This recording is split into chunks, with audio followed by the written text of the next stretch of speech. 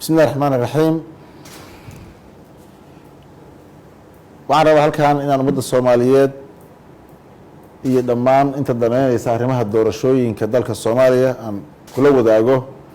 hawlihii u dambeeyay ku saabsan arrimaha doorashooyinka aan wadnay dad u dambeysay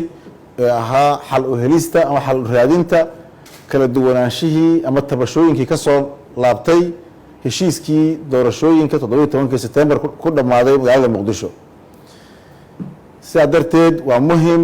in la helo macluumaad ama warbixin ku saabsan hawshii socotay muddooyinkan dambe. sidaa la wada socotaan waxaa jiray wada hadallo ku saabsan xal u helista arrimaha doorashooyinka oo aan toddobaadyadii la soo dhaafay ku tagay magaalooyinka Gaalkacyo, Garowe iyo Muqdisho si la isugu soo dhaweeyo aragtiyada kala duwan ee laga qabo sidii doorashooyinka dalka hore loogu sii wadi lahaa. aniga oo taas ka duulaya waxaan guddiga doorashooyinka heer federaal ka codsaday in ay muddo dib u dhigaan jadwalka doorashooyinka si fursad loo siiyo xalinta tabashooyinka ay qabaan dowlad goboleedyada Puntland, Jubbaland iyo siyaasiyiinta kale. intaas kadib waxaan wada hadallo maalmo socday la yeeshay madaxweynayaasha Puntland iyo Jubbaland, Saciid Dani iyo Axmed Madoobe saaxiibaday. waxaan uga mahadcelinayaa in ay iga aqbaleen inaan ka wada shaqeyno sidii xal waara looga gaari lahaa arrimaha lagu kala aragti duwan yahay ee doorashooyinka ay ku qabsoomi lahayd waqtigeeda. waxaan si gaar ah ugu mahadcelinayaa madaxweyne Saciid Dani oo runtii ila qaatay ama aan isla qaadanay xal u helista arrimaha lagu kala duwan yahay. hawshaas aan u istaagnay waxaan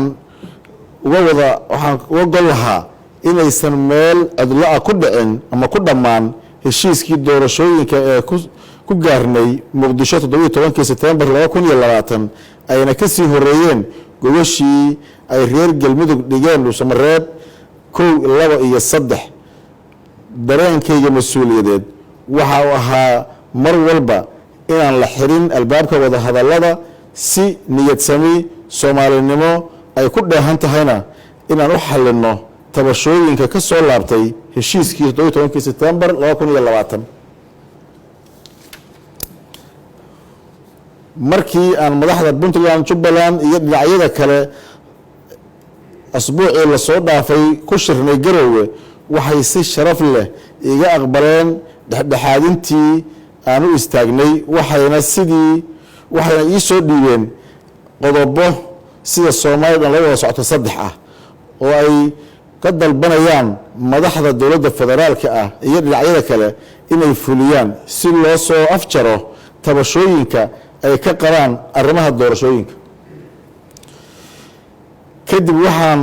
ku soo laabtay Muqdisho aniga oo shir la galay madaxweynaha Jamhuuriyadda Federaalka Soomaaliya Mudane Maxamed Cabdullaahi Farmaajo iyo ra'iisul wasaare Mudane Maxamed Xuseen Roble. intaas kadib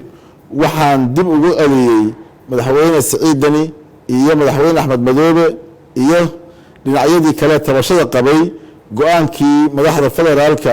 ee ku saabsanaa doorashooyinka si isgoyska haatan la taagan yahay looga dhaqaaqo dalkana ay uga dhacdo doorasho heshiis lagu wada yahay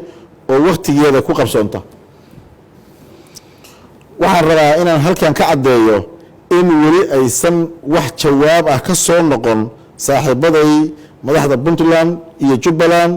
iyo dhinacyadii kale ee dhexdhexaadinta aan halkan u imid iyo natiijadii wanaagsaneed iyo tanasulkii ay muujiyeen madaxda qaranka.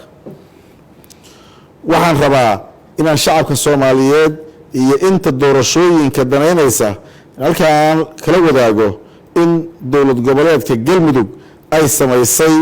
intii karaankeeda sidii dalkan lagu gaarsiin lahaa hanaan doorasho oo heshiis lagu wada yahay si hore loogu soo wado dowlad dhisidda dimuqraadiyiinta dalka Soomaaliya aan lagana dhumin waqti dambe oo dheeraad ah wadanka si doorashada ay ugu dhacdo waqtigeedii dadkuna aysan u soo gelin banaanaan ama gaab u soo gelin